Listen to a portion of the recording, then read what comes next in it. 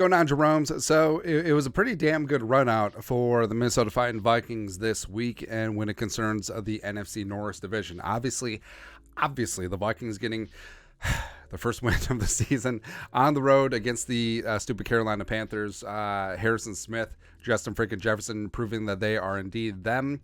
So it's good. It's really good. But dialing back to Thursday night, where the Lions are the Lions, whatever. The Lions are going to be tough, but the Vikings get the Lions in 2 of the last 3 weeks of the season. So we'll see you there. But yeah, Lions are going to be tough. Even though they beat Kansas City when Kansas City didn't have Chris Jones and Travis Kelce, blah, blah, blah, blah, blah, blah, blah. That's whatever. But we thank you for proving that the greasy, grimy Green Bay Packers are frauds. Like, I don't want to hear it from Packers fans like, oh, but what about the offensive line injuries? What about them? Look at us. No Bradbury. We still got freaking Ed Ingram.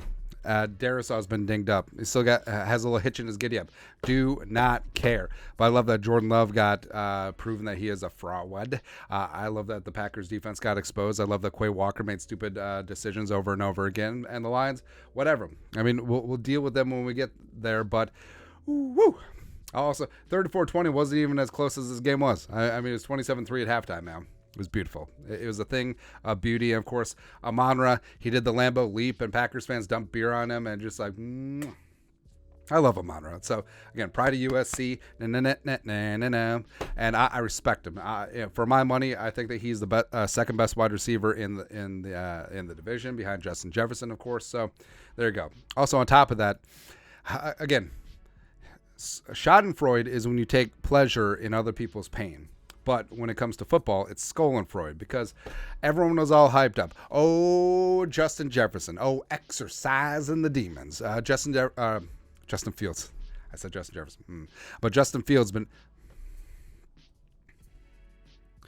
So Schadenfreude is when you take pleasure in the pain of others. It's a very negative human emotion. But when it comes to football and the Vikings, Schadenfreude is perfectly okay. So everyone was all hyped up about Justin Fields coming this year. But then Justin Fields has been very poopy at the first 3 games of the season. And then all of a sudden, Justin Fields has exorcised the demons, because he completed basically every single one of his passes, threw 4 touchdowns and all that stuff, and blah, blah, blah, blah, blah, blah, blah, blah, blah. But you had a 21-point lead heading into the fourth quarter, and you lost. Like, how does this happen? The crooked Chicago Bears against the garbage jabroni Denver Broncos and stupid-ass Sean Payton. Like, I don't even care that it was Sean Payton. I'm just happy that it was the Bears. But, again, whatever there. And I fully understand what's going to happen is that the Bears are going to end up with the number 1 overall pick, because they're bad. Back-to-back number 1 overall picks. As well as, remember, they have the Carolina Panthers first-round pick from the trade for Bryce Young, and the Vikings just sent the Panthers down to 0-4. So technically right now, the Bears have the top 2 picks in the draft, and they could take Caleb Williams, and they could take Marvin Harrison Jr. as their quarterback and receiver battery. But you know for a fact, they would ruin Caleb Williams. They would ruin Marvin Harrison Jr. Marvin Harrison Jr. just turned into Bernard Berrian on Soldier Field. That's what happens, man. Bears are where quarterbacks go to fail. That's what happens, man. Also, it's funny. Even though the Vikings are 1-3 getting off the mat, they still technically have the number 4 pick in the draft as of right now. But what's more important is this. So the Vikings getting up off the canvas. They still have all 6 of their division games left.